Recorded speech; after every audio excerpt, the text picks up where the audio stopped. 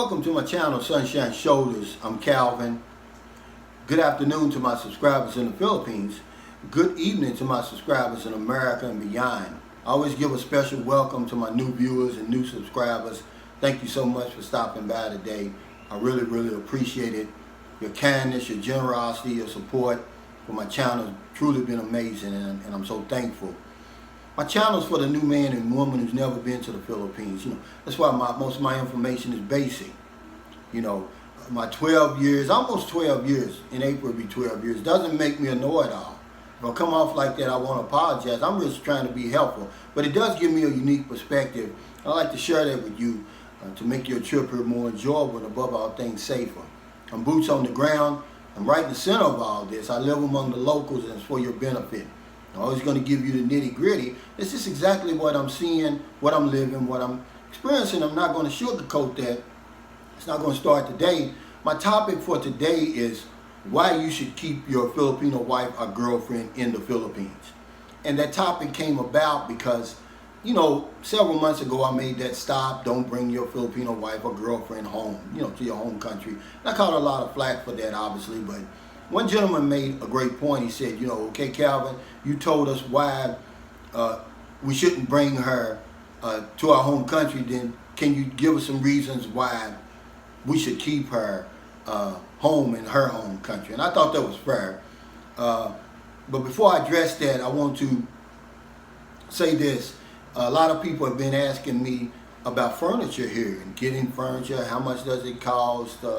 Etc., etc. You're not going to have any problems getting furniture in the Philippines. There's so many places here. The malls, standalone places. They've got quality stuff here. Everything from the Chinese stuff all the way up to the, first class. All right, just depends on, your budget. But I use something that's worked for me over these last 3 years, almost 3 years since I've been here. And it's the 300 rule. Nothing in my house costs more than 300. And it's not being cheap. It's being smart, it's being intelligent, it's knowing my way around, because it's not like I'm getting these off brands. Everything I buy is a brand that I'm familiar with. It's quality. The air conditioning behind me is Carrier brand. I paid 9,200 pesos for that. About $191 was the best one they had in there. I thought the guy was trying to, con me into buying that, but no, I'm glad I did. My refrigerator is a Sharp refrigerator, less than 300, less than 200. My wash machine that I just recently bought, it's a Samsung, less than 300. Television, less than 300. Living room set, less than 300. It's all less than 300. Even my bed and the mattress was less than 300.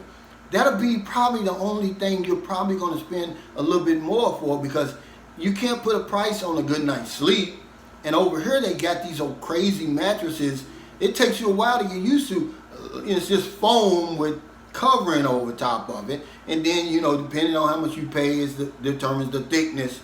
And then they've got regular mattresses, and they're very expensive, but it's just something you're going to have to deal with. But I use a 300 rule, and it's worked for me, because one of the things I wanted to get rid of was my materialistic attitude, my materialistic way of thinking. And I did that when I got here. I've changed, quite a bit since I've been here. And another thing I wanted to talk about, I want to apologize. I'm late because I've been out looking for this laptop that I desperately need. And I made it up on my mind. I got up this morning, I jumped out of bed, I said, I'm going to go over there, I'm going to pay that 22,000 pesos for that Dell computer, even though I know in my heart I could probably get one less in Bacolod. So I go over there, and I'd be damned if now instead of 22,000, it's 29,000. All right. Now I had 29,000, and you gotta realize, man, that's half my budget for the month. And I may have even leaned toward buying it, but you know what the deal breaker was? Nobody in the whole place knew anything about computers. Yeah, I asked them, how much RAM? What's the operating system that is running? They knew absolutely nothing. And that's what you run into a lot over here. You go in there to buy a car, nobody knows anything about cars. They're just salesmen in there to sell you the car. They just hope you come in there and pay you money so you can go out, don't ask no questions. And I was shocked. I was like, you want me to buy a 29,000 peso computer and you can't tell me how to cut it on. You know, no, I'm not going to do it. They handed me the box, told me to read it. I just politely handed it back and walked out. So that's why I'm late. But on this topic of, why I think you should leave your girlfriend or wife here in the Philippines. Look, this isn't a debate. This isn't an argument. It's simply a preference. It's simply a choice, guys. Okay, there's no right or wrong here. Okay, it's whatever you think is best for you. So don't fill my comment section up with all that, I'm smarter than the vlogger stuff, okay? It's a preference. Some people, they don't have a choice. They're not old enough to retire, okay, or they don't have enough money saved up where they can come over here and live with the wife. So they have to take her back home. But for those of us who do have that option, I would say keep her here. See? So it's no debate. It's no argument. It's just a preference, guys, okay? But the first reason being, you want to preserve her Filipino qualities, man. It's what you fell in love with. That's why you flew halfway around the planet for. Because you love her Filipino qualities. She's going to lose them, most of them, when she goes over there. I hate to tell you. See, I lived on both sides. I lived with her here, and I lived with her in America, man. See, I'm giving you my personal boots on the ground experience. See, a lot of y'all can't handle the truth. I'm just going to give you the truth. I'm just telling you that they're going to change over there. And a lot of the Filipino qualities that you fell in love with, she's going to lose. Because once you start driving, working, once that stress sets in on a person, it changes you. You're no longer the same. See? But you can protect her from that by keeping her here. See? But even before that, let me say something. See, we never even give them a chance to decide. We never even ask them, honey, because listen to this. Most Filipinos don't have a problem with living a better life in their own country, see? But we don't even ask them. We don't give them a choice. We make the decision for them, or we let her make the decision, see? But that's a great question. That's a question you need to ask her. Do you want a better life here, or do you want a new life abroad? See, talk among yourself. Come to an agreement. See, a happy wife, a happy life. See, I don't care if you're in the Philippines, France, America. Here's how it usually works. When you get married, you usually relocate to the wife's hometown. That's how it is over here. That's how it is in America in most cases. Okay, I don't know about this new generation, but we don't even talk about it. All right? And, some guys, they'll push back and say, well, I want to show my wife something new. I want to show my wife something different. Okay, take her to Manila then. And you're going to show her something different. Or if she lives in Manila, take her to Cebu. You know why? Because the masses of Filipinos and Filipinas, they don't travel. They've never been outside of their barangay. Unless it's to go to the beach. Trust me when I'm telling you this. They don't travel. I'm talking about the masses. All right? They don't buy plane tickets. They don't go to Boracay. They don't go to Bohol unless they live there already. My boots on the ground spirit, the 3 women I've had relationships with over here have never even left their city. You know why? They're too busy working. Or going to school or taking care of their families. They don't go nowhere. So just take her to Boracay or Panglao, Bohol. You can show them something different. See, when a Filipino says, oh, I'm tired of the Philippines, she's really saying, I'm tired of my city. Because she don't go nowhere. No, they don't go nowhere. But see, we never even give them that opportunity. So talk among yourself on that and find out, if she, a better life here is appealing to most of them. Because the number one thing you're going to protect her from by keeping her here is those unreal expectations that her family and friends put on her. The minute she gets to your country, it's unreal expectations, man. I've seen it. See, it's a lot of women over there right now in these countries, they're faking it till they make it because they don't want to come back home. They can't face the scrutiny. They can't face, letting people down. Their pride won't allow them to come home. They're unhappy there. See? But all these expectations, because men, they get there, their family and friends think they're rich. They've hit the lottery. They don't realize they got to work over there and all of that, see? So you can protect her from all of that by keeping her here, man. Because you don't want an unhappy Filipina on your hands. You don't want it. You know, I talked a little bit about that yesterday. You know, so kind of, you know, and even before you even make the decision, one way or the other, man, get to know these people. You know, don't just bring them over there. You know, you could be asking for trouble, you know. But, yeah, those unreal expectations. And see, here's something else you're going to protect her from. You know, the English that she knows here, that English 101, you know, and I'm just going to keep it basically on America because I don't know how it is in these other places. That's good enough for her here. And plus she can speak her own native tongue here. But when you take her to America, now she's got to go from English 101 to advanced English. And that's hard to do. She has to learn all the nuances, all the sarcasm, all the inside jokes, all of that. Overnight, basically. See? Yeah. See, we put pressure on them to assimilate, man. And it's a pressure because I'm going to tell you something. And it's tough. The only advantage, and it's a big advantage, that a lot of Filipinos have over regular immigrants. I'm talking about Filipinos that come over on a K-1 visa, or you marry them and take them over. They don't run into a lot of the struggles that the normal immigrant runs into, like trying to find housing, schooling, buying food, transportation, jobs, stuff like that. Because they basically have us as their sponsor. We sort of just guide them through there. It makes it easier.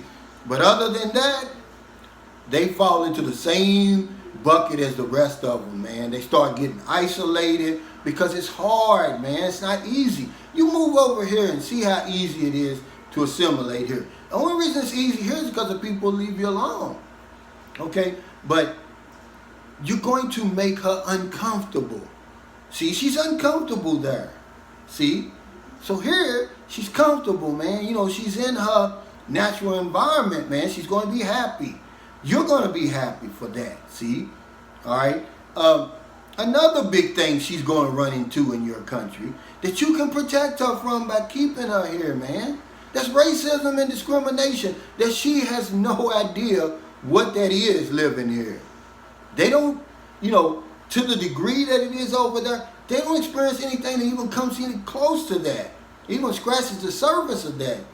Ladies and gentlemen, let's just be honest about it. And when you get over there, man, you're talking about being depressed.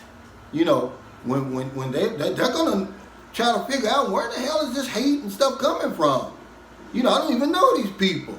Yeah, see, racism and discrimination is waiting for them when they get over there. But you can protect her. Just leave her here, man, where everybody fits in. The Philippines is like a big community, man. You don't have to deal with all of that. You know, I already talked about isolation, and that's where that comes from. You know, trying to learn a new language, trying to learn new friends. You know, you come from a society that stresses family, stresses group. Now you're in a country that stresses individualism. Yeah, you're going to start being isolated. You've left all your family, friends, contacts, everything behind over everything you know. Culture, food. Try cooking Filipino meals with American ingredients. And it don't work, man. It's bad. So keep over here, man, because they love they dried fish. Yeah, they love all that shrimp paste and, you know, eating rice with their hands and, you know, and all that stuff like that, man. You know, see, they can't do all of that over there. You're taking them out of their natural environment. See, protect her. Keep her over here, man. Let her be happy. Give her a new life here. Okay, you want to show her some new things? Take her around the Philippines, somewhere she's never been. Because they hardly ever leave their neighborhoods. Definitely not the city. This is something that I know. See? And something else people rarely ever talk about that bothers these women. Protect them from that damn weather over there. See? That extreme cold that's coming. It's going to hit them. You know, and they can put on as many coats as they possibly can. And see, watching that snow and all that stuff, it gets old really, really quick. When it gets so cold that you feel it in your bones, man, they're uncomfortable. They don't like it. Okay? And they'll put on a front for you. Because remember, Filipinos, man, they don't like to disappoint you. They don't like to disappoint their families. They don't like to disappoint anybody. Their pride gets in the way a lot of times, man. But you can protect her against all that. You can have a happy life with a happy wife here. Most Filipinos don't have a problem living a better life in their own country, but we don't give them a chance. We never even ask them. We bring them over there, and they suffer a lot of times. And if they don't suffer, they change completely to the point where we really don't even know who we married. You know, remember I was telling you about faking it till they make it and being depressed? My wife, man, she put on 55 pounds. I mean, she was eating from the time she woke up to the time she went to bed. I knew right away something was wrong. And I asked her, I said, honey, what's wrong? I knew she was homesick. Something wasn't right for somebody to eat that much. Because that's one of the things we do. And then she started drinking. To now she's drinking just out of control now. See, that's another sign. Loneliness, isolation. See, she put on 55 pounds, man. We were at the casino, and one of my clients seen us, because I had already told him I'm bringing my wife and son over. You know, and then, you know, the lady asked her, you know, how many months she was. I mean, you know, I was embarrassed. I didn't know what to say. But that's what happens, guys, you know. But you can protect her from all that, from keeping her here, giving her a better life here. It's no argument. This is just something that I've experienced. You know, remember, only about 10% of Filipinos and Filipinos are outside the country anyway. Most of them stay here in their own country because they love it here. This is their country. This is what they're used to. They love it here. Should I say that again? See, when we take them outside the country, see, a lot of them have to leave. OFWs, nurses looking for better opportunities, seamen, you know, because of that good money, okay? But in her situation, because she's different, she don't have to leave to live a better life. See, a lot of them, the ones I told you, the nurses, the seamen, all they're homesick. All they're miserable, but they don't have a choice. The Filipina has a choice. She's the only one that has a choice. Give her that choice, guys. You know, take her around the Philippines. Show her some places. You're going to show her something new because they don't travel, guys. Okay? So thank you so much for stopping by. I just wanted to touch on a few of them things like that. There's no right or wrong here. This is not a debate. This is just my personal experience from seeing what happens when you take them here and they live there. Because I live with her here and I live with her there. I loved her more here. That's why we're not together, see? I told you, I changed since I've been here. When I first came here and I met my wife, I had two women. I had my son's mother and I had the woman I eventually married. You know the reason why I chose the one I eventually married? Because she convinced me she didn't want to live in America. The other one, every other day, she's asking me when we're going to America. We're going to America. You know, America, America, America, America. To the point where I just got sick with it. But the one I married, she said, oh, I don't even want to go over there, see? Because she knew I wanted to live here. But the minute that I took her over there, because remember I told you, I didn't have the choice like some other guys. I was too young. But I had a plan, see? And I guess she didn't know me like I know me. Once I put that plan in action, I knew what I had to do, where I had to get to come over here and live. And then when we reached that point, she balked. She stayed over there. And now, you know, she's just an American woman, man, and I wish her nothing but the best. So if you're in America, it's very, very late. You're probably in the bed. I hope you were able to help somebody. But if you're still up, you don't want them late grocery runs, beer runs, weed runs. You're just getting off from work over there. And you see somebody on the street, please buy them something to eat, buy them something to drink, give them a couple of dollars. If you're in the Philippines, it's about 1 o'clock. We still have the whole rest of the day to find somebody to help. Because if I don't know anything else, I know this one thing for sure. We help other people, we help ourselves. Take care, stay safe, stay COVID free, and I'll see you next time.